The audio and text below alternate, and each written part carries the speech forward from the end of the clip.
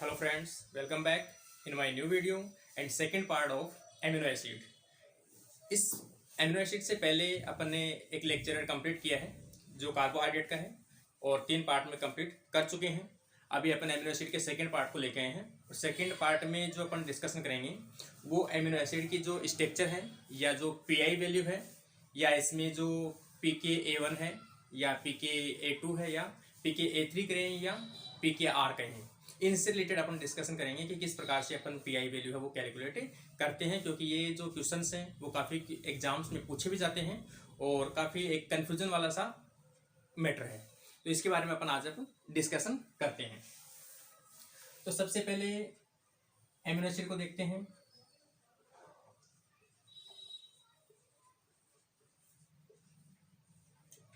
Amino acid क्या है? Precursor of amino protein.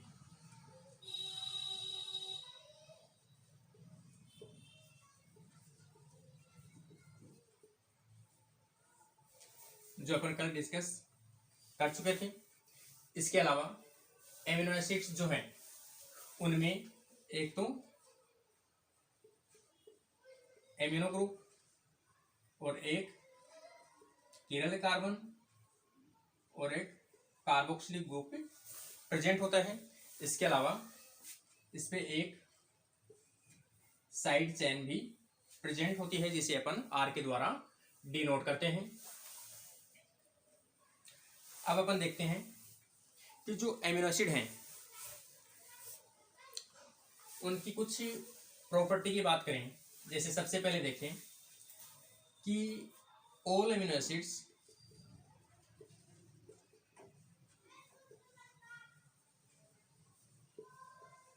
Optically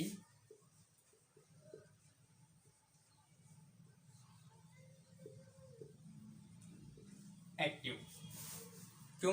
क्योंकि सभी एमिनो एसिड्स में किरल कार्बन जो है वो प्रेजेंट होता है, जिसके कारण से ग्रुप जो है वो रोटेट शो करते हैं या रोटेशन शो करते हैं, जिसके कारण से सभी ऑप्टिकली एक्टिव होते हैं। लेकिन यहाँ पर एक्सेप्शन के बारे में देखें अपन तो आ जाएगा ग्लाइसिन, क्योंकि इसमें साइड चेन जो आर है उसके स्थान पर क्या पाया जाता है? इसमें केवल एच ग्रुप पाया जाता है या हाइड्रोजन देखने को मिलता है। जैसे अपन कहें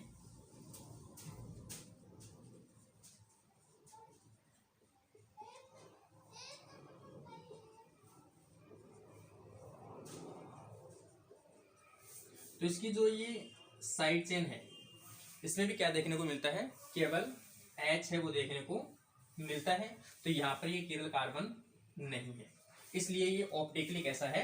इन एक्टिव है। नेक्स्ट प्रॉपर्टी देखते हैं।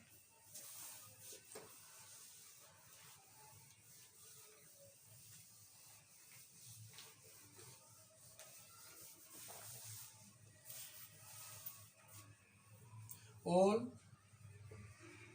amino acid have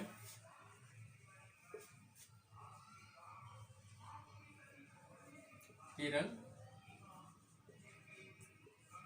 carbon. सभी में किरल कार्बन प्रेजेंट है, ये अपन देख चुके हैं। तथा किरल कार्बन से क्या जुड़ा होता है? एक साइड में कार्बोक्सिलिक ग्रुप और एक साइड में एमिनो ग्रुप अटैच होता है। तो अपन जो कहते हैं उसे कहते हैं अल्फा एमिनो ग्रुप। इसका मतलब सभी एमिनो एसिड के अंदर अल्फा एमिनो ग्रुप देखने को मिलता है। Exception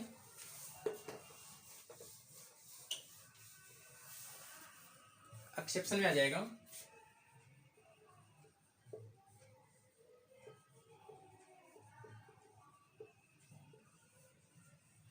proline. तो एमिनो ग्रुप में जब भी अपन देखते हैं तो इसमें मिलता है NH2 ग्रुप। लेकिन अगर ये एमिनो ग्रुप इस प्रकार से कन्वर्ट हो कि दोनों साइड से बॉन्डिंग शो करता हो, इधर भी बॉन्डिंग शो करता हो और इधर भी बॉन्डिंग शो करता हो, तो इसे अपन क्या कहेंगे,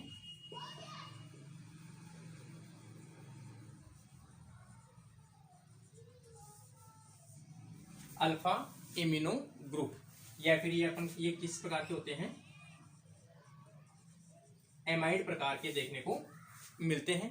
तो ये जो एमाइड है या फिर अल्फा इम्यूनो ग्रुप है वो किस में देखने को मिलता है, प्रोलिन के अंदर देखने को मिलता है। जैसे अपन सबसे पहले देखें,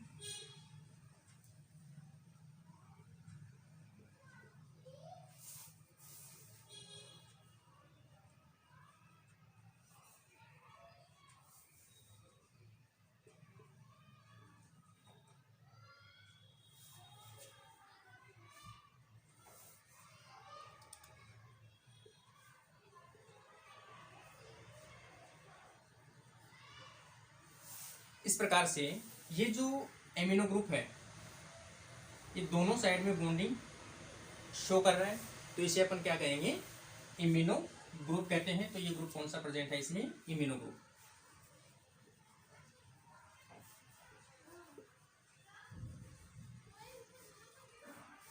इम्यूनो ग्रुप। तो ये बात हुई प्रोलिन की। प्रोलिन के बारे में काफी एग्जाम्स में क्वेश्चन पूछा जाता है कि प्रोलिन जो है वो कहाँ पे देखने को मिलता है या किस प्रकार का एमिनो एसिड है। तो ये जो है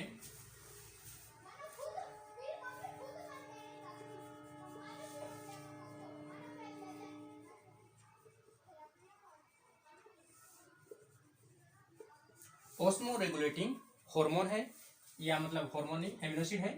इसके अलावा ये जो एमिनो एसिड है वो स्ट्रेस कंडीशन में भी एक्यूमुलेट किया जाता है, या स्ट्रेस कंडीशन से भी ये टॉलरेंस करने की कंडीशन या फिर अपन कहें उसे रेजिस्टेंट कंडीशन करने को भी मेंटेन करते हैं, या ऑस्मो रेगुलेशन को भी मेंटेन करते हैं। तो एमिनो एसिड देखने को मिलता है जब कोई भी प्लांट्स हो जिनमें वाटर की स्ट्रेस कंडीशन हो, तो उस प्रकार में उसमें जो वैक्यूल है उस वैक्यूल में प्रोलिन की कंसंट्रेशन अधिक होने लगती है या एक्यूमुलेशन बढ़ने लगता है। तो ये था प्रोलिन।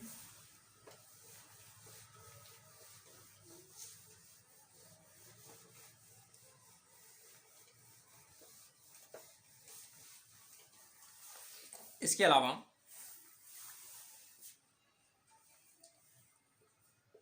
एमिनो एसिड दो फॉर्म में देखने को मिलता है, डी एंड एल फॉर्म। लेकिन नेचुरली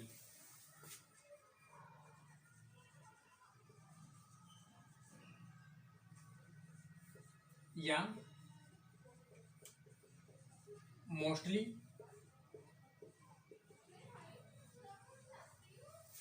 एल एमिनो एसिड की फॉर्म जो है वो देखने को मिलती है सभी प्रोटीन के अंदर।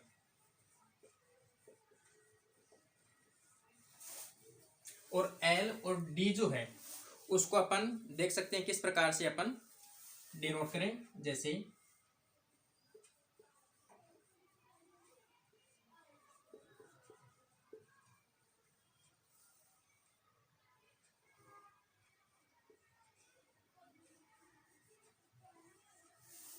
यहां पर जो एमिनो ग्रुप है वो किस साइड में है, लेफ्ट साइड में है। तो ये कौन सी फॉर्म होगी, एल एमिनो एसिड। अगर इसी का जस्ट ऑपोजिट करें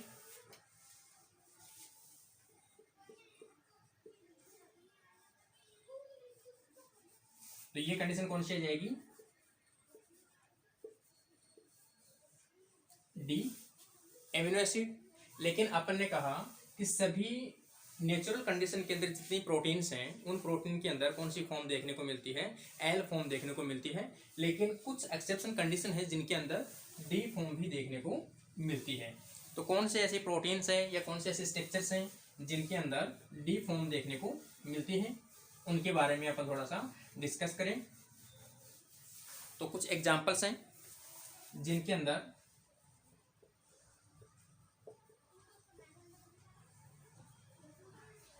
डी एमिनो एसिड देखने को मिलते हैं।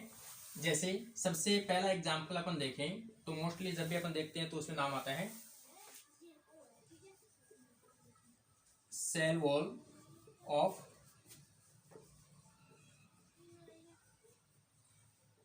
बैक्टीरिया, ये अपन कहें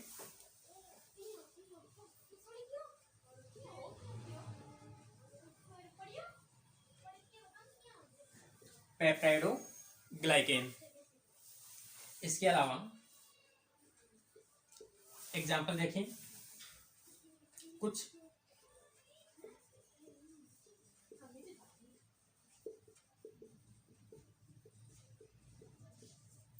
एंटीबायोटिक्स में भी देखने को मिलता है जो डी फॉर्म एमिनो एसिड है।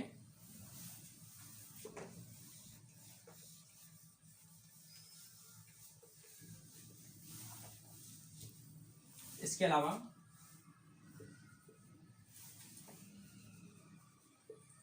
कौन स्नेल्स में भी डी फॉर्म एमिनो एसिड देखने को मिलता है।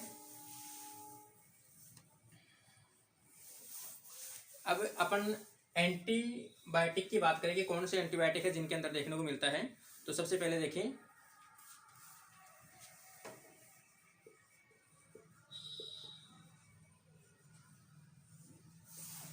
ग्रेमिसिडिन,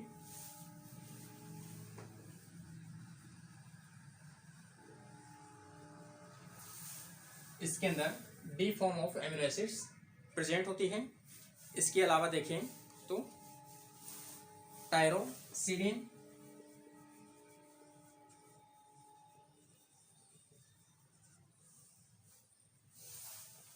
इसके अलावा एग्जांपल देखें वेलिनोमाइसिन,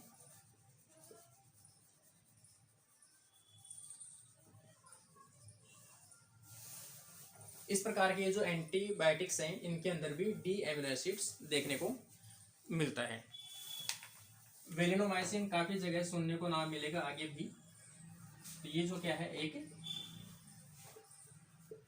पोटेशियम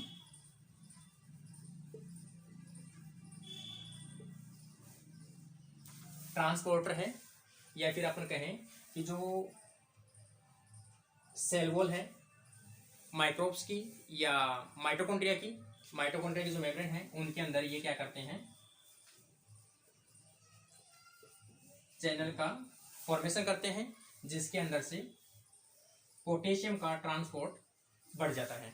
तो ये पोटेशियम के ट्रांसपोर्टर के रूप में एंटीबायोटिक काम करती है वेलिनोमाइसिन। ये था अपना L and D form.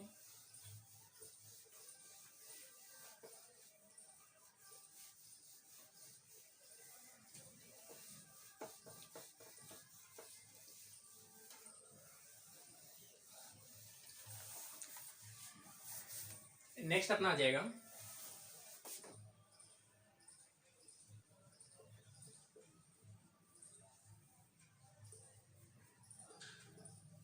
Zwitter ion.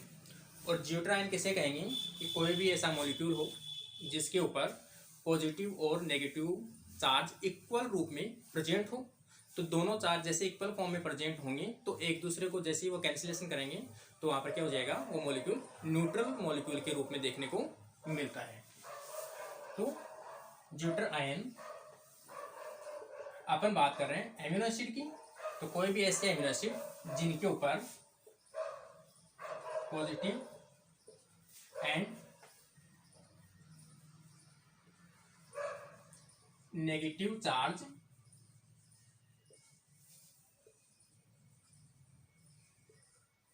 Equal रूप से प्रेजेंट हो, तो उस प्रकार के एमिनो एसिड को अपन कहेंगे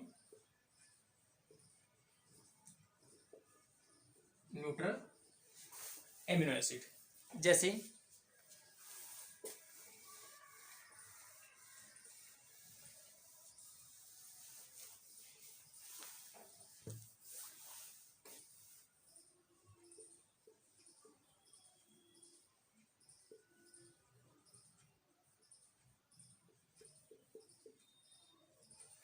ये एक नॉर्मल एमिनो एसिड है।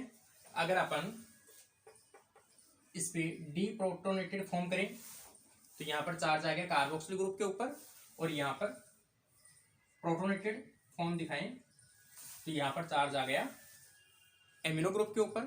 तो ये किस प्रकार का है, ड्यूटर आयन एमिनो एसिड है, जिसके ऊपर एक साइड में नेगेटिव चार्ज है और एक साइड में पॉजिटिव चार्ज है, और ओवरऑल कहें तो अपन ये कैसा है, न्यूट्रल।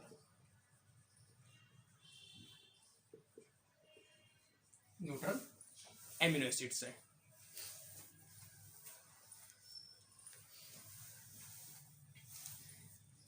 इसके अलावा सभी एमिनो एसिड में ड्यूटर आयन फॉर्म में प्रेजेंट होने की कैपेबिलिटी पाई जाती है। जैसे फिजियोलॉजिकल पीएच की बात करें,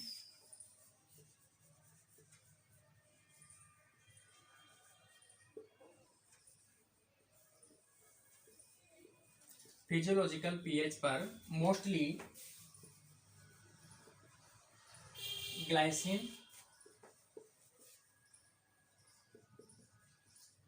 एलानिन किस फॉर्म में प्रेजेंट होते हैं, ये देखने को मिलते हैं, तो वो ड्यूटर फॉर्म में।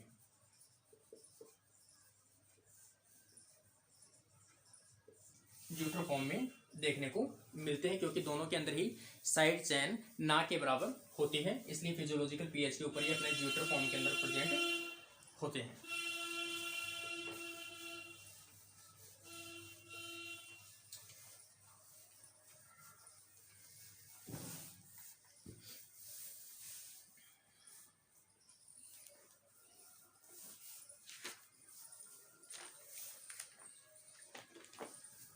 अपन ड्यूटर आयन से रिलेटेड नेक्स्ट टॉपिक आ जाएगा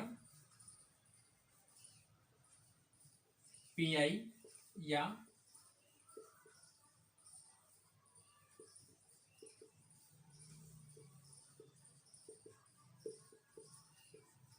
आइसो इलेक्ट्रिक पॉइंट। और मैंने जैसे लेक्चर को स्टार्ट करने से पहले भी आपको बताया था कि जो आइसो इलेक्ट्रिक पॉइंट जो है वो एक काफ़ी कंफ्यूजन वाला सा सिस्टम है थोड़ा, तो इसको थोड़ा सा ध्यान से देखें कि पीआई है क्या एक्चुअल में।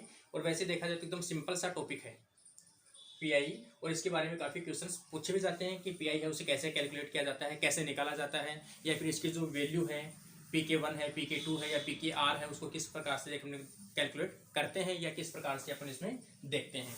तो सबसे पहले अपन आइसोइलेक्ट्रिक पॉइंट की बात करते हैं।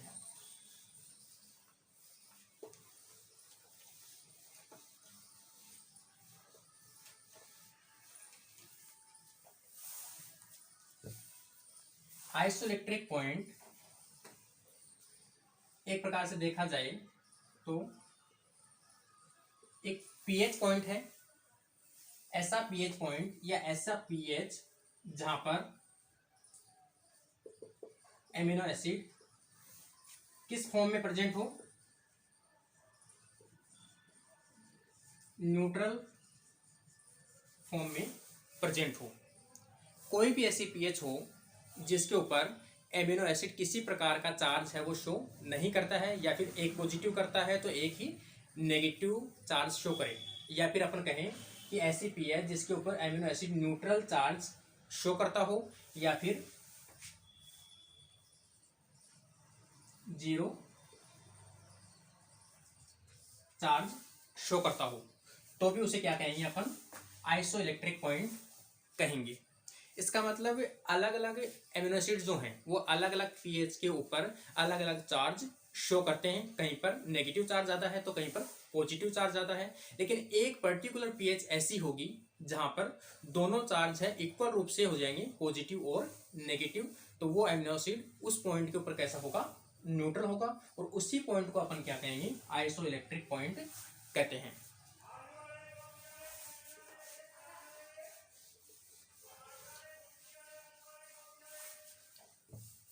जैसे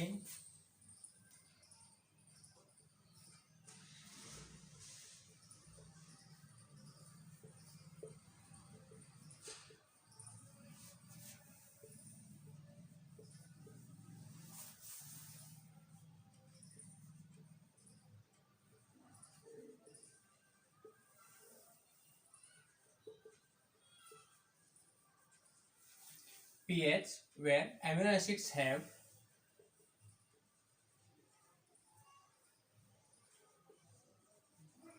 neutral या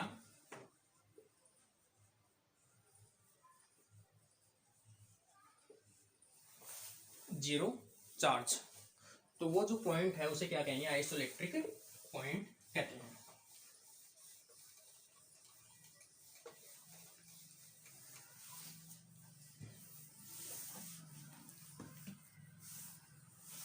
जैसे सबसे पहले देखें अपन पीएच को अपन दो पार्ट में डिवाइड करते हैं कि पीएच है वो हाफ पीएच है, वो तो कैसी है, एसिडिक पीएच है, और हाफ पीएच है वो कैसी है, नेगेटिव है, या फिर अपन कहें अबो वाली तो है वो बेसिक पीएच है, और हाफ वाली नीचे वाली जो है एसिडिक पीएच है। तो सबसे पहले अपन नीचे से स्टार्ट करते हैं।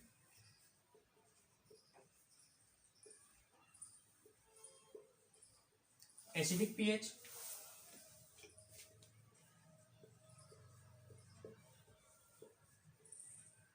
और एक कहें बेसिक पीएच।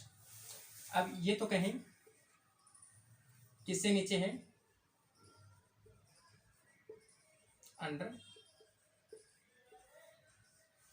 7 पीएच, 7 पीएच से कम वाली, और यहां पर है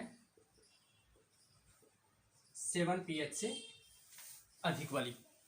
तो एसिडिक पीएच है, या फिर अपन इसे कहें लो पीएच भी कह सकते हैं, और इसे अपन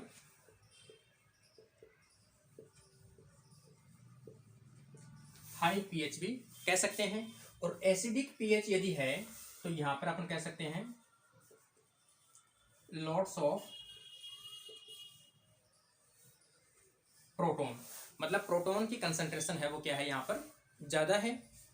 जैसे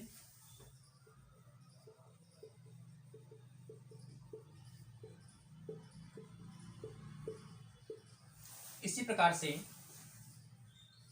बेसिक पीएच की बात करें तो यहां पर है लॉट्स ऑफ OH नेगेटिव।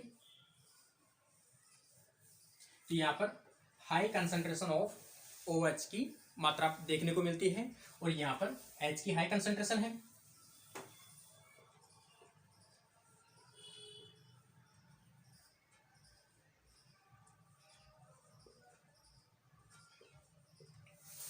इसको आप स्टार्टिंग से देखते जाइए कि अपन को पीएच को है दो पार्ट में डिवाइड किया है, एसिडिक पीएच और एक बेस पीएच। जो एसिडिक पीएच है उसको 7 से अपन नीचे ले लिए, और जो बेस पीएच है वो 7 से अबोव वाली है, और 7 की जो पीएच है उसे अपन क्या बोलते हैं, न्यूट्रल पीएच बोलते हैं। तो यहाँ पर एसिडिक पीएच है, इसका मतलब प्रोटॉन की कंसंट्रेशन क्या है, यहाँ पर हाई है, जबकि यहाँ बेसिक पीएच है, इसका मतलब यहाँ पर हाइड्रोक्सिल ग्रुप की जो कंसंट्रेशन है वो अधिक है। यहाँ पे इस कंडीशन के अंदर सभी जो एमिनो एसिड्स हैं वो कैसे होंगे,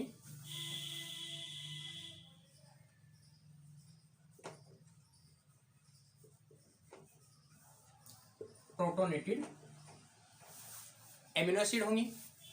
जबकि यहाँ पर कैसे होंगे, क्योंकि यहाँ पर हाइड्रोजन या प्रोटॉन की क्या है, कमी है, जिसके कारण से जो प्रोटॉन है वो क्या कर देंगे, यहाँ पर वो डोनेट कर देंगे। तो यहाँ पर अपन क्या आएंगे कंडीशन,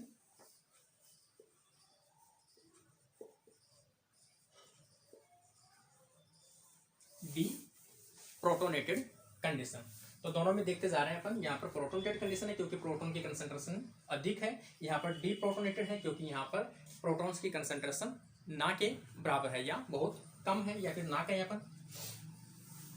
अब अपन देखिए कोई भी एक एमिनो एसिड का एग्जांपल अपन लेते हैं। जैसे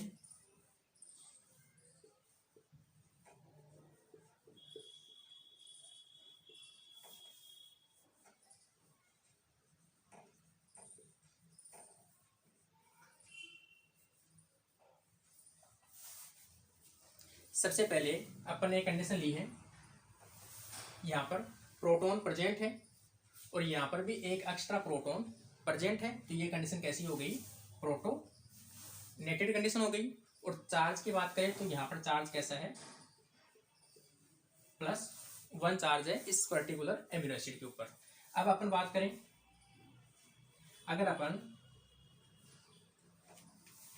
पीएच को बढ़ाएं तो जैसे जैसे पीएच को बढ़ाते जाते हैं वैसे वैसे होता क्या है, प्रोटॉन की कंसंट्रेशन धीरे धीरे कम होती जाती है और उसी के साथ में हाइड्रोक्सिल ग्रुप या OH नेगेटिव की कंसंट्रेशन बढ़ती जाती है। इसका मतलब प्रोटोनेटेड जो कंडीशन है वो धीरे धीरे किस में कन्वर्ट हो जाएगी, डीप्रोटोनेटेड में कन्वर्ट होती जाएगी।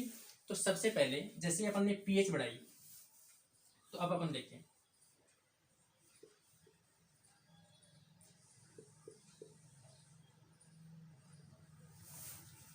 ये प्रोटोनेटेड फॉर्म है। सबसे पहले जो प्रोटॉन है वो लूज कौन करेगा, या प्रोटॉन जो है सबसे पहले डोनेट कौन करेगा।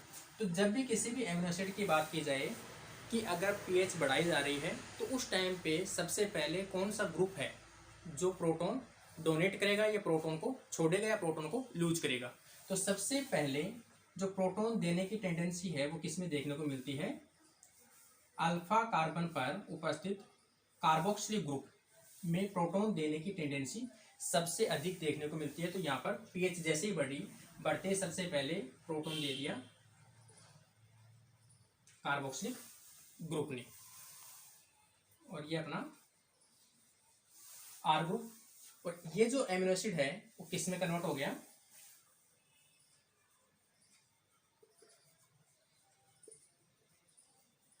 ड्यूटर आयन कहें या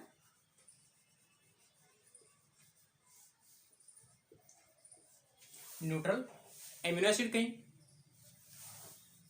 तो इसका जो लिंक है वो थोड़ा साथ साथ ध्यान रखें कि जैसे ही प्रोटोनेटेड फॉर्म को पीएच अपन बढ़ाएंगे तो डीप्रोटोनेटेड की तरफ ये बढ़ता जाता है। तो सबसे पहले जो प्रोटॉन निकला है वो सबसे पहले कौन देगा, वो देगा कार्बोक्सिलिक ग्रुप। वो भी कौन सा वाला, अल्फा वाला कार्बोक्सिलिक ग्रुप है सबसे पहले प्रोटॉन देता है। नेक्स्ट अपन देखिए, यदि पीएच अपन और अधिक बढ़ाएं तो और ज्यादा क्या होगा, डीप्रोटोनेटेड होता जाएगा या प्रोटॉन देता जाएगा। लेकिन इसके अलावा अब प्रोटॉन किसके पास है, इसके पास एक प्रोटॉन और एक्स्ट्रा है अभी तक, तो ये दे सकता है। तो यहां पर आ जाएगा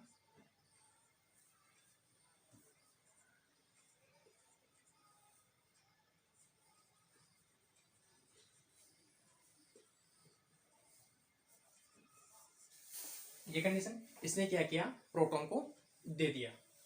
तो सबसे पहले जो प्रोटॉन देगा वो कार्बोक्सिलिक ग्रुप देगा, और सबसे लास्ट में जो ये जो प्रोटॉन देगा वो कौन देगा, एमिनो ग्रुप देगा।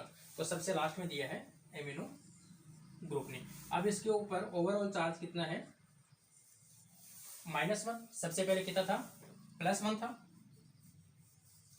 और बीच में क्या था, न्यूट्रल था, और लास्ट में -1 है। इस प्रकार से दोनों की जो है वो अपन देख सकते हैं।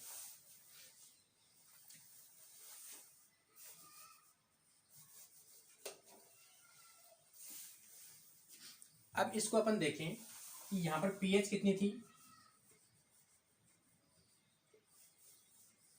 सबसे कम पीएच लेके चले थे तो कैसे कंडीशन थी, प्रोटोनेटेड कंडीशन थी। न्यूट्रल पीएच लेके चले 7 pH, और यहां पर पीएच कितनी रखी थी अपन ने, 12 है, मतलब हाई पीएच। तो ये कंडीशन देखने को मिली है। अब सबसे पहले यदि कोई भी एमिनो एसिड अगर अपना जो प्रोटॉन देता है, कौन सा ग्रुप, हाइड्रोक्सिल ग्रुप, अगर प्रोटॉन देता है तो वो जो कंडीशन है उसे अपन क्या बोलेंगे, PK1, PK1।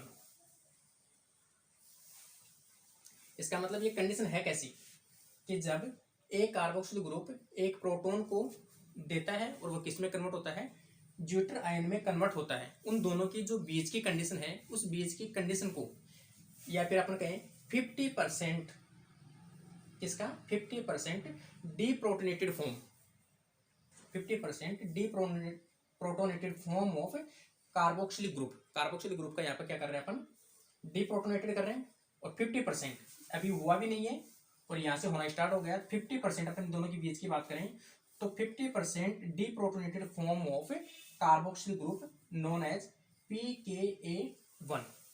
अब अपन सेकंड पे चलते हैं कि deprotonated form of amino group या half of deprotonated form of amino group, तो यहाँ पर ये पॉइंट आ जाएगा।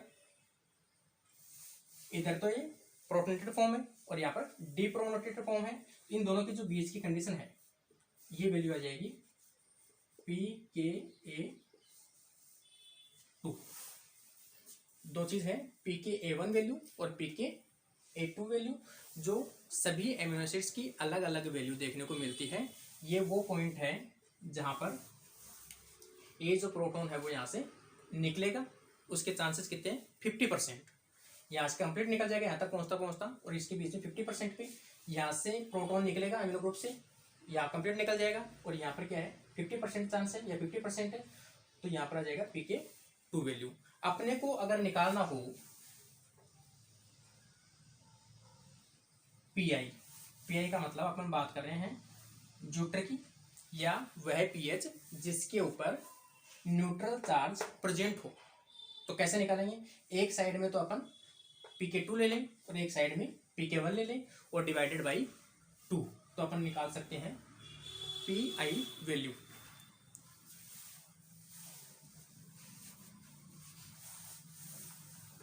जैसे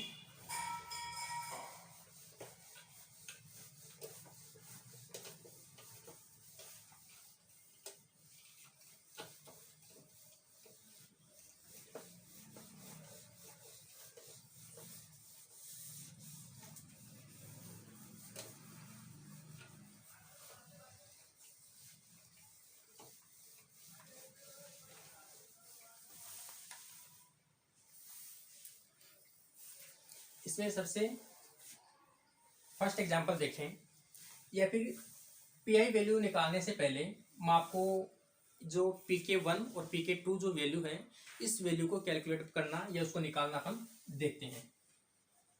pKa1 एंड pKa2, या फिर अपन इसे कहें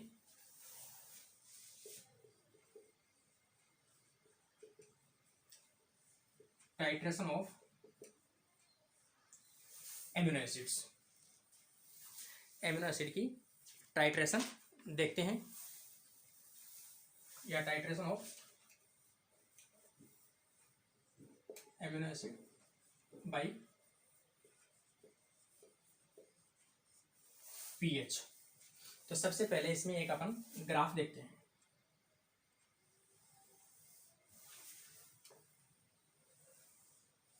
ये एक ग्राफ है जिसमें इस साइड में अपन लेते हैं पीएच वैल्यू और इस साइड में लेते हैं ओएच की वैल्यू। इसमें जैसे इधर बढ़ते जाएंगे वैसे वैसे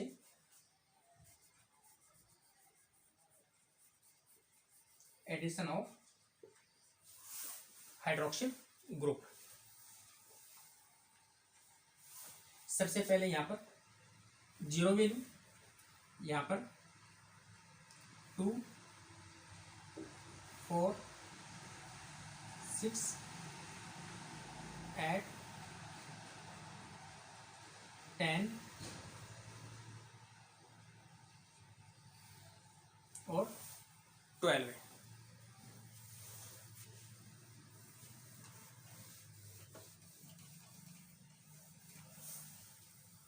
यहाँ पर देखें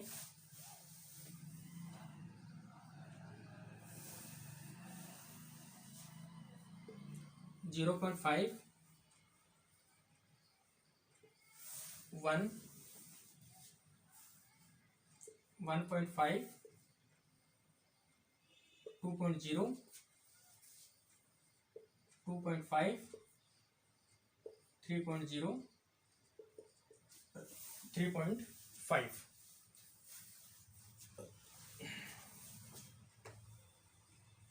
इसमें अपन ग्राफ बनाएं।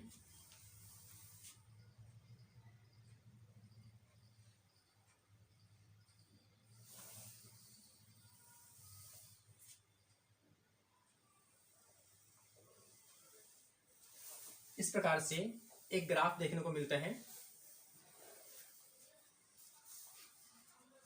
जैसे सबसे पहले साथ में अपन एमिनो एसिड की स्ट्रक्चर देखें, तो यहाँ पर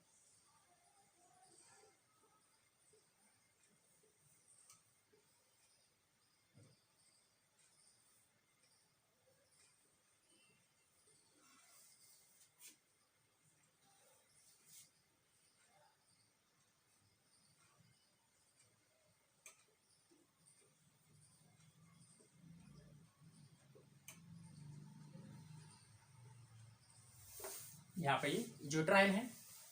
और इसके अगला देखें अपन,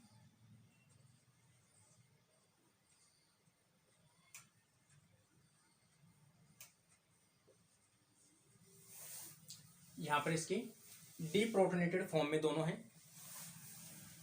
तो सबसे पहले यहाँ पर अपन ने पीएच लिया था 1, पीएच 7, पीएच 12 है। सपोज अपन एग्जांपल देख रहे हैं ये ग्लाइसिन का, और यहाँ पर जो पीएच PK1 वैल्यू जो है वो वैल्यू कितनी है, कितनी पीएच पर आती है, 2.3 पर। इसका मतलब प्रोटोनेटेड जो फॉर्म है वो डीप्रोटोनेटेड में होते होते कितने पीएच के, हाफ पीएच अपन बात कर रहे हैं, हाफ पीएच पर, जिसमें प्रोटोनेटेड फॉर्म डीप्रोटोनेटेड में कन्वर्ट होता हो, उसकी हाफ पीएच। तो यहाँ पर इसकी कितनी वैल्यू है, PKA1 2.3। अब deprotonated of amino group, amino group की जब डीप्रोटोनेटेड फॉर्म आएगी तो वो जब सपोज 9.7, तो ये वैल्यू आ जाएगी PKA2। ठीक है, तो यहाँ पे सबसे पहले अपन देखें 2.3 है, तो यहाँ सपोज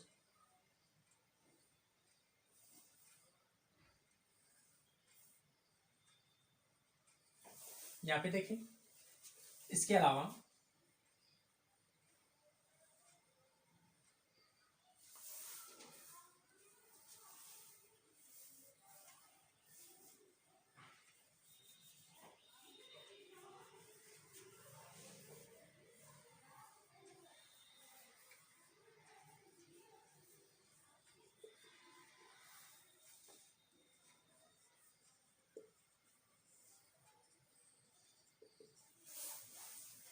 अलावा इसमें देखें अपन,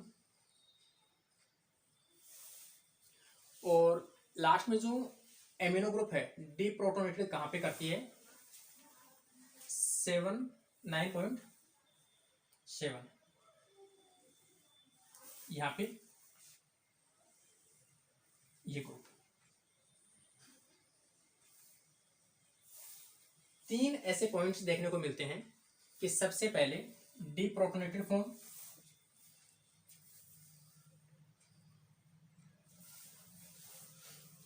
ये तो है अपना ज्वेटर फैक्टर, जहां पर पीआई वैल्यू देखने को मिलती है। मैंने बताया आपको कोई भी ऐसी पीएच हो जिसके ऊपर ज्वेटर आयनिक फॉर्म देखने को मिलती हो, तो ज्वेटर आयनिक फॉर्म जो है वो इस पॉइंट के ऊपर देखने को मिलती है। और अब अपन बात करें,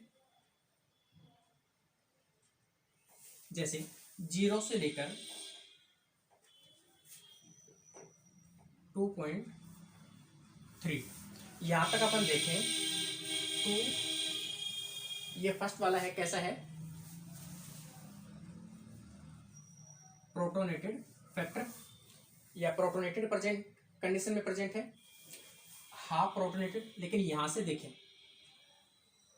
और यहां तक, तो ये कंडीशन कैसे है कि अपन इसको डिनोट करें, प्रोटोनेटेड कंडीशन है वो कैसे होती जा रही है, कम होती जा रही है, और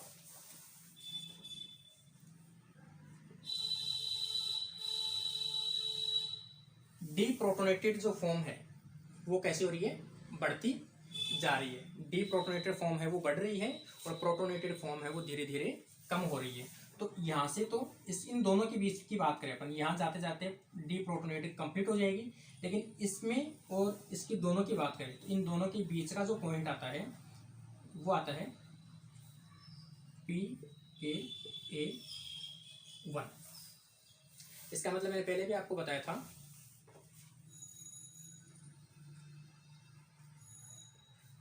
half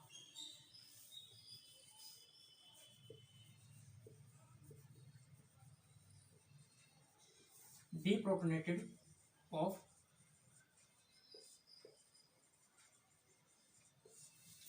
carboxylic group. Carboxyl group का हाफ जो डीप्रोटोनेटेड फॉर्म है उसे अपन क्या बोलते हैं, pKa1 बोलते हैं।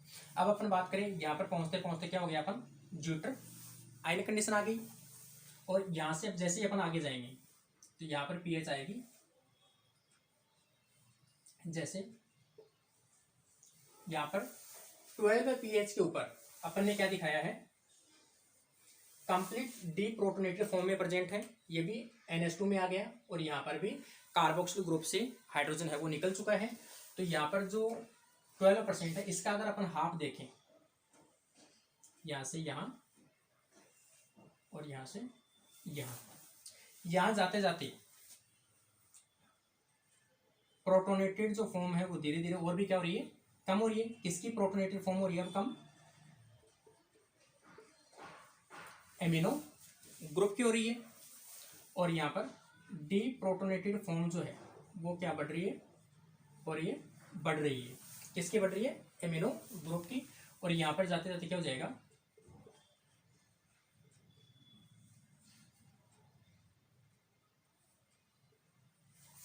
एक जो प्रोटॉन है या प्रोटोनेटेड फॉर्म है वो क्या हो जाएगी, कम हो जाएगी।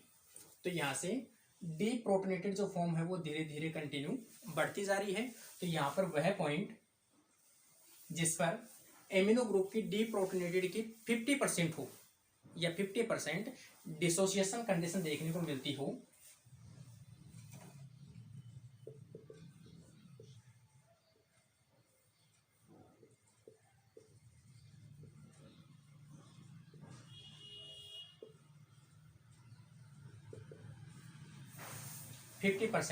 डिसोसिएशन ऑफ प्रोटॉन ऑफ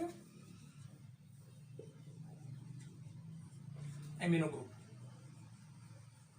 और ये जो पॉइंट है वो क्या कहलाएगा, pKa2। तो इस पूरे ग्राफ में या टाइट्रेशन के अंदर अपन देखें, जैसे जैसे पीएच बढ़ाते जाते हैं वैसे वैसे एमिनो एसिड की जो प्रोटोनेटेड फॉर्म है वो धीरे धीरे किस में कन्वर्ट होती जाती है, डी प्रोटोनेटेड फॉर्म में कन्वर्ट होती जाती है। ये पहले भी मैंने आपको बताया था, जैसे जैसे पीएच 1 से 12 तक लेके जाते हैं वैसे वैसे प्रोटॉन्स की क्या आती जाती है, कमी आती जाती है, और जो OH ग्रुप है उसकी कंसंट्रेशन बढ़ती जाती है। उसी प्रकार से protonated form convert into zwitterion and zwitterion convert into deprotonated form. तो धीरे धीरे डीप्रोटोनेटेड की कंडीशन बढ़ती जाती है, प्रोटॉन की कंसंट्रेशन कम होती जाती है। तो इस प्रकार से दो वैल्यू अपने पास प्राप्त होती है, पहले है pKa1 वैल्यू और सेकेंड आ जाएगी pKa2 वैल्यू।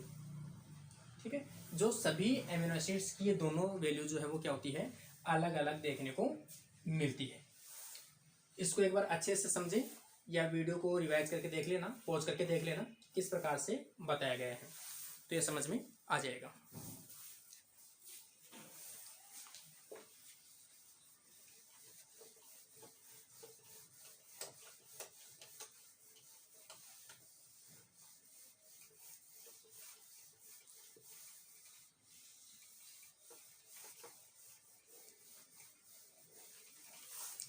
जैसे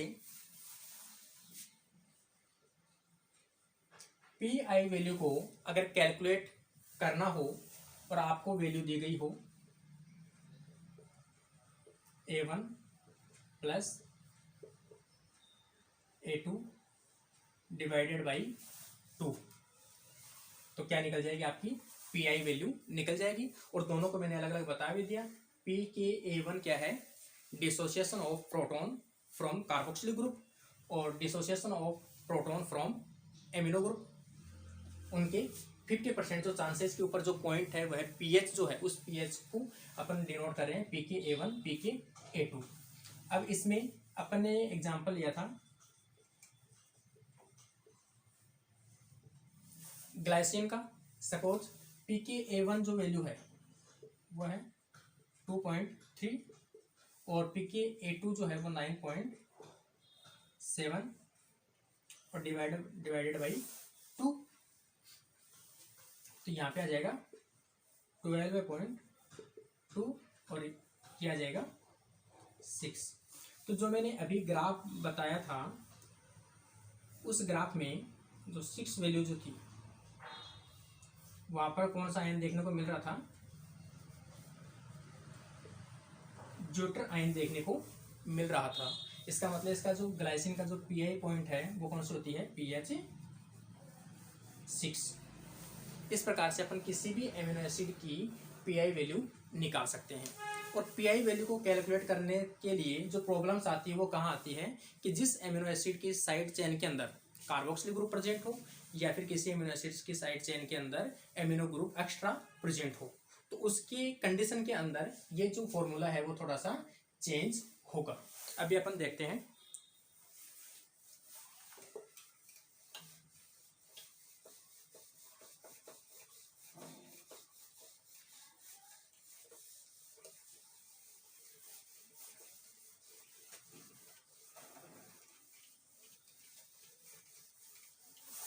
जैसे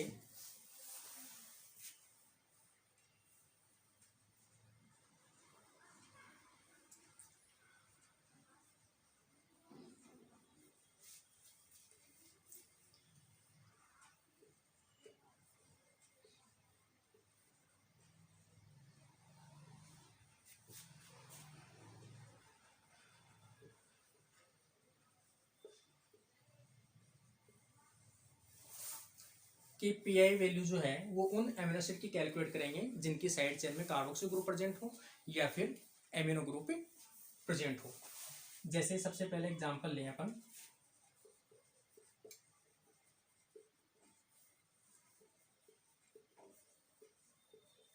ग्लूटामिक एसिड का एग्जांपल लें।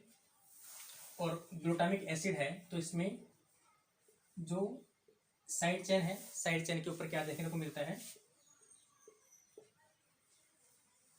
कार्बोक्सिल ग्रुप देखने को मिलता है। तो इसकी पीआई जो वैल्यू है वो किस प्रकार से कैलकुलेट करेंगे, किसकी, ग्लूटामिक एसिड की। तो सबसे पहले ग्लूटामिक एसिड के बारे में देखते हैं। सपोज सबसे पहले एकदम न्यूट्रल पीएच पे लेके चलते हैं, मतलब सिंपल पीएच पे, pH 1। pH 1 जो है वो कैसी है, हाई कंसंट्रेशन ऑफ प्रोटॉन या फिर अपन कहें प्रोटोनेटेड फॉर्म, क्योंकि यहाँ प्रोटॉन की कंसंट्रेशन ज्यादा है तो इसको अपन लिखें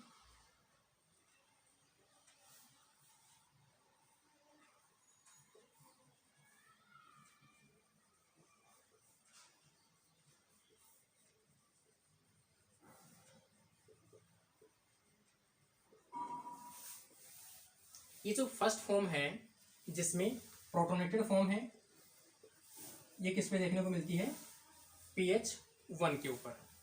अब अपन जैसे जैसे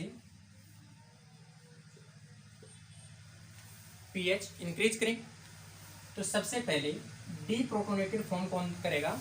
अब यहाँ पर 2 कार्बोक्सिल ग्रुप है, एक तो अल्फा कार्बोक्सिलिक ग्रुप और एक आर कार्बोक्सिलिक ग्रुप। दोनों में से सबसे पहले डी प्रोटोन या डी प्रोटोनेटेड कौन सा होगा, या प्रोटोन को सबसे पहले लूज कौन करेगा। तो सबसे पहले मैंने आपको बता भी दिया था कि सबसे पहले जो प्रोटोन को लूज करेगा वो कौन सा ग्रुप करेगा, अल्फा कार्बोक्सिल ग्रुप है वो सबसे पहले डी प्रोटोनेटेड फॉर्म में आएगा। जैसे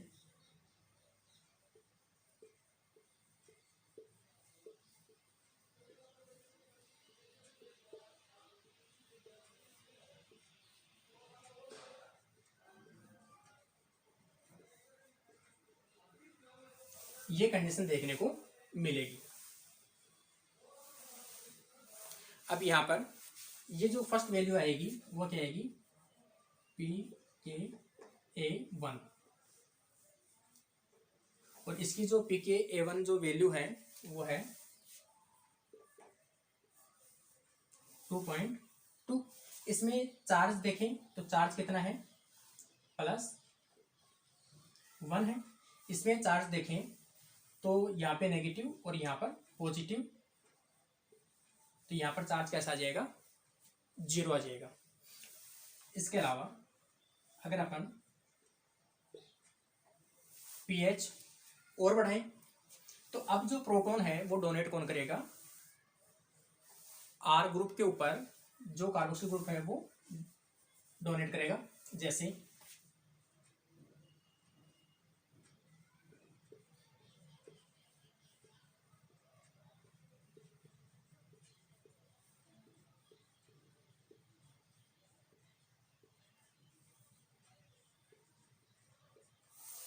ये कंडीशन देखने को मिलेगी जैसे जैसे पीएच बढ़ाते जाएंगे वैसे वैसे। तो यहाँ पर जो ये वैल्यू है या फिर इस वैल्यू के बीच में अपन क्या कहेंगे कि जब किसी भी एमिनो एसिड की आर ग्रुप या साइड चेन के कार्बोक्सिल ग्रुप पर डीप्रोटोनेटेड कंडीशन पाई जाती है तो उसे अपन क्या कहेंगे, पी के आर वैल्यू। तो ये आ गई पी के आर, या फिर इसे कई बार कहा जाता है पी के ए 3 वैल्यू। तो ये कंडीशन आ गई। इस पे चार्ज है, वो कितना चार्ज देखने को मिलता है, यहाँ पर दो तो नेगेटिव है और एक पॉजिटिव है। ये पॉजिटिव इससे कैंसिल होती है तो यहाँ पर चार्ज कितना आ जाएगा, -1। ठीक है। और पीएच बढ़ाएं तो यहाँ पर कंडीशन देखने को मिलेगी सबसे लास्ट के अंदर जो डीप्रोटोनेटेड फॉर्म में आएगा वो कौन आएगा, एमिनो ग्रुप आएगा। सबसे लास्ट में देगा ये प्रोटॉन को।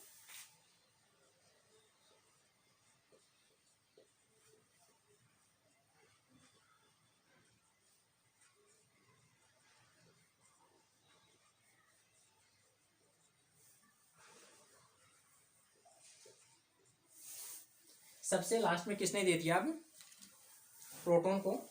एमिनो ग्रुप ने भी अपने प्रोटॉन को डोनेट कर दिया। तो ये जो पीआई वैल्यू है ये क्या है, पी के ए 2। क्योंकि पी ए के 2 क्या है, मैंने आपको पहले बताया था। पी ए के 2 क्या है, जब कोई भी एमिनो ग्रुप है वो अपना प्रोटॉन को डोनेट करता है उसका 50% डिसोसिएशन, तो उसे कहते हैं पी के ए 2। और यहाँ पे आ जाएगा पी के आर या पी के ए 3। अब इनकी वैल्यू देखें तो ये जो वैल्यू है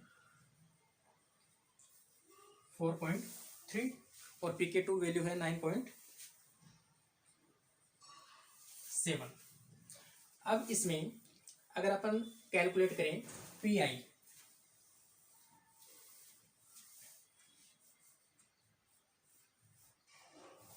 तो पहले तो अपन ने पी आई जो कैलकुलेट किया था वो कैसे किया था, पी के ए 1 प्लस पी के ए 2 डिवाइडेड बाई 2। लेकिन यहाँ पर कंडीशन क्या है, एक आर ग्रुप है उसके ऊपर भी कार्बोक्सिल ग्रुप देखने को मिल रहा है, तो यहाँ पर जो पी आई कैलकुलेशन है वो थोड़ी सी चेंज करेंगे। तो अब अपन देखें यहाँ पर प्लस चार्ज, यहाँ पर 0 चार्ज और यहाँ पर -1 चार्ज। यहाँ पर प्लस चार्ज, यहाँ पर माइनस चार्ज और यहाँ पर न्यूट्रल चार्ज। अपने को निकालना क्या है, पीआई वैल्यू। और पीआई वैल्यू क्या है, पीआई वैल्यू जहां पर चार्ज कैसा हो, 0 हो। और 0 तभी आएगा जब अपन किसके बीच का ले, +1 का ले और प्लस या -1 का, इन दोनों के बीच की जो वैल्यू है अगर वो निकाल लें अपन तो क्या आ जाएगा, 0 वाली वैल्यू आ जाएगी या पीआई वैल्यू आ जाएगी। तो इसको अपन कैसे कैलकुलेट करें, एक तो ले लें पी के ए 1 प्लस यहाँ पर क्या ले लें अपन, पी के आर या पी के ए 3। इससे अपने को मतलब नहीं है अभी, क्यों, क्योंकि अपना जो मॉलिक्यूल है या एमिनो एसिड है वो यही न्यूट्रल हो रहा है इन दोनों के बीच में, -1 का चार्ज +1 का चार्ज और दोनों के बीच में न्यूट्रल। इस दोनों वैल्यू को जोड़ के और 2 से डिवाइड कर दो तो अपना क्या आ जाएगा, पी आई वैल्यू आ जाएगी। तो यहाँ पर 2 + 2 और या 2 + 3 प्लस 4.3 डिवाइडेड बाई 2 और यहाँ पर आ जाएगा 6.6 डिवाइडेड बाई 2 इक्वल टू 3.3 3। तो 3.3 जो वैल्यू है या पीएच है, वो कौन सी पीएच है? पीआई पीएच है। कि मतलब जो ग्लूटामिक एसिड है उसकी पीआई जो है वो कितनी होती है? 3.3 होती है, जहां पर ग्लूटामिक एसिड है एक न्यूट्रल फॉर्म के अंदर देखने को मिलता है। उसी को अपन कैलकुलेट कर रहे हैं। पीआई का मतलब है कि वह पीएच जिसके ऊपर एमिनो एसिड न्यूट्रल चार्ज या जीरो चार्ज में प्रेजेंट हो। तो इस प्रकार से अपन ग्लूटामिक एसिड की कैलकुलेशन कर सकते हैं।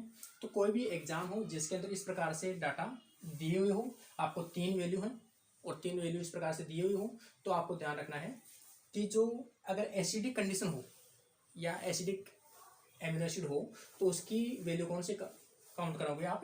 PKA1 और PKR या PKA3 डिवाइडेड बाई 2। तो उसकी अपन पीआई वैल्यू निकल जाएगी। नेक्स्ट अपन देखते हैं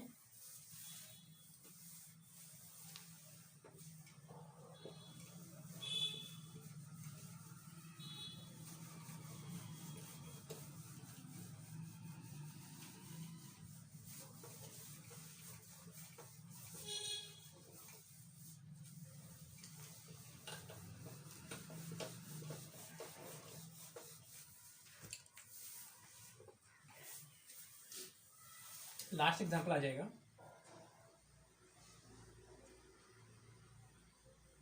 पीआई ऑफ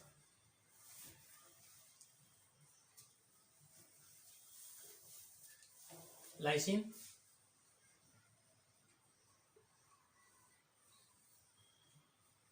जिसकी साइड चेन के अंदर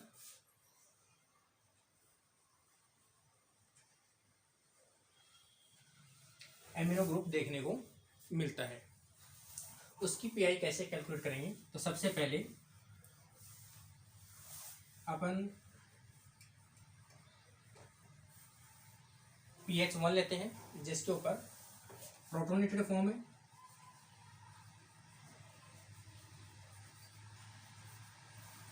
मतलब हाई कंसंट्रेशन ऑफ प्रोटॉन। और यहाँ पर अपन स्ट्रक्चर देखेंगे,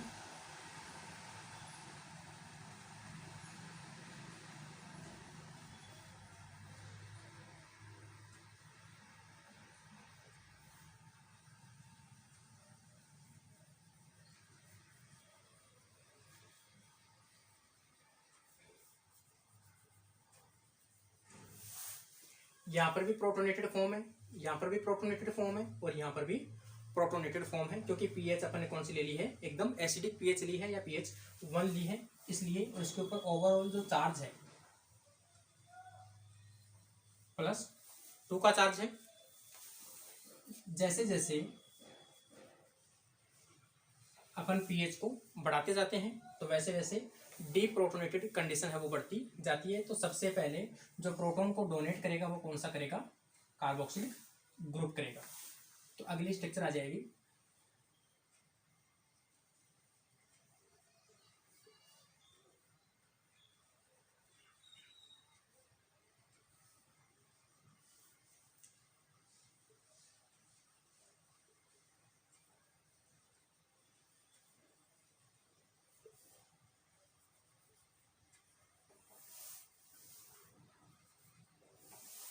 यहाँ पे कंडीशन है। तो इसमें इसने डोनेट कर दिया प्रोटॉन को और यहाँ पे जो चार्ज है वो कैसा आ जाएगा? 2 पॉजिटिव है या पॉजिटिव नेगेटिव और पॉजिटिव कैंसिल और प्लस का 1 चार्ज आ जाएगा। इसके अलावा ये जो वैल्यू है वो क्या है? PKA1 वैल्यू है और यहाँ पर इसकी जो वैल्यू है वो आ जाएगी 2.16। जैसे जैसे पीएच अपन बढ़ाएंगे, अब जो प्रोटॉन डोनेट करेगा वो प्रोटॉन डोनेट कौन करेगा? जो साइड चेन का जो एमिनो ग्रुप है वो प्रोटॉन को क्या करेगा? डोनेट करेगा। जो ये मेन अल्फा एमिनो ग्रुप जो है वो सबसे लास्ट के अंदर प्रोटॉन को डोनेट करता है। तो उससे पहले प्रोटॉन को डोनेट कौन करेगा? आर ग्रुप वाला एमिनो ग्रुप। इसमें देखें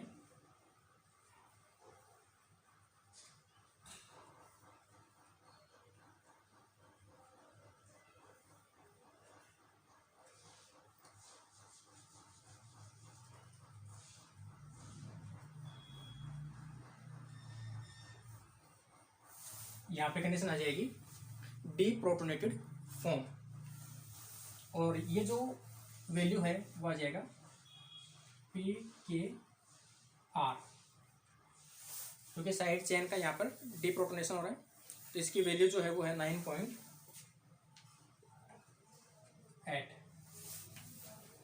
अब लास्ट में अगर pH और बढ़ाएं तो सबसे लास्ट में देखेंगे तब ये जो अल्फा एमिनो ग्रुप जो है वो प्रोटॉन को लूज करता है। जैसे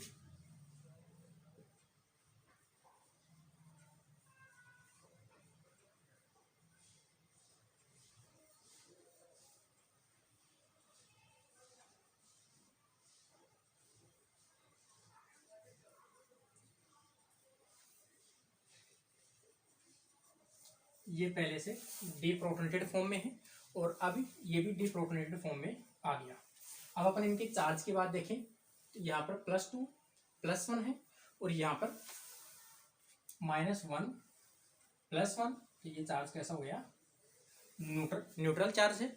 और यहाँ पर वापस से चार्ज देखें तो यहाँ पर भी नो चार्ज और -1 चार्ज। इस प्रकार से इसमें देखने को मिलता है। तो यहाँ पर ये जो वैल्यू आ जाएगी वो आ जाएगी pK2 वैल्यू, और pK2 वैल्यू जो है वो कितनी है 10.79। तो अब अपने को जो PI वैल्यू है वो कैसे कैलकुलेट करनी है, मैंने आपको पहले ही बताया था कि PI का मतलब है क्या, कि वह pH जिसके ऊपर amino acid neutral charge show करते हो या फिर पॉजिटिव और negative equal number of charge show करते हो या 0 चार्ज शो करते हो, तो उसे अपन PI बोलते हैं। अब यहाँ पर +1 और -1, और इन दोनों के बीच की जो कंडीशन है वहां पर चार्ज क्या है 0 है।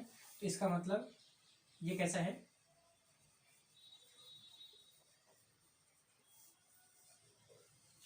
ज्योटर आयनिक फॉर्म कंडीशन है, और इसी की pH अपने को क्या करना है, कैलकुलेट करनी है। और ये इसकी क्या होगी, PI पॉइंट होगा या PI वैल्यू होगी। तो इसके लिए अपना जो फॉर्मूला आ जाएगा PI का वो आ जाएगा pKr प्लस pK2/2, और यहाँ से अपन लिखेंगे तो इसकी 9.8 प्लस 10.79/2, और यह आ जाएगा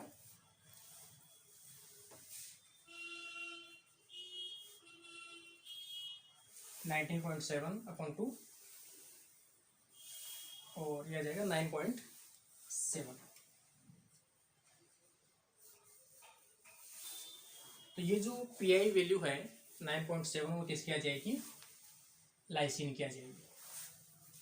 तो इस प्रकार से अगर कोई भी एमिनो जो R ग्रुप हो जिसके साइड चेन में एमिनो ग्रुप प्रेजेंट हो तो उसकी PI के लिए अपना फॉर्मूला में लेंगे pKr या फिर pKa3 प्लस pK2 और अपॉन 2। इसके कारण से अपन इसकी PI वैल्यू को कैलकुलेट कर सकते हैं। तो इस प्रकार से ये जो अपना एमिनो एसिड का सेकंड लेक्चर था, इस टॉपिक में से PI में से काफ़ी क्वेश्चंस पूछे जाते हैं, या CSIR के अलावा भी काफ़ी एग्जाम्स हैं जिनके अंदर इस प्रकार के क्वेश्चन देखने को मिलते हैं या कैलकुलेट करने को मिलते हैं। तो इस प्रकार से आप इन क्वेश्चंस को कैलकुलेट कर सकते हो, और किसी प्रकार की अगर इसमें कोई कमी है तो प्लीज़ सभी फ्रेंड्स या स्टूडेंट्स सबको सजेस्ट कर सकते हैं कमेंट बॉक्स में कमेंट कर। और जो भी स्टूडेंट CSIR की तैयारी कर रहे हैं या असिस्टेंट प्रोफेसर बोटनी से या तैयारी कर रहे हैं तो वो भी स्टूडेंट है मेरे चैनल को सब्सक्राइब करें और चैनल को लाइक करें, जिसके कारण से नेक्स्ट वीडियो कंटिन्यू मैं अपलोड करता रहूँ। Thank you friends.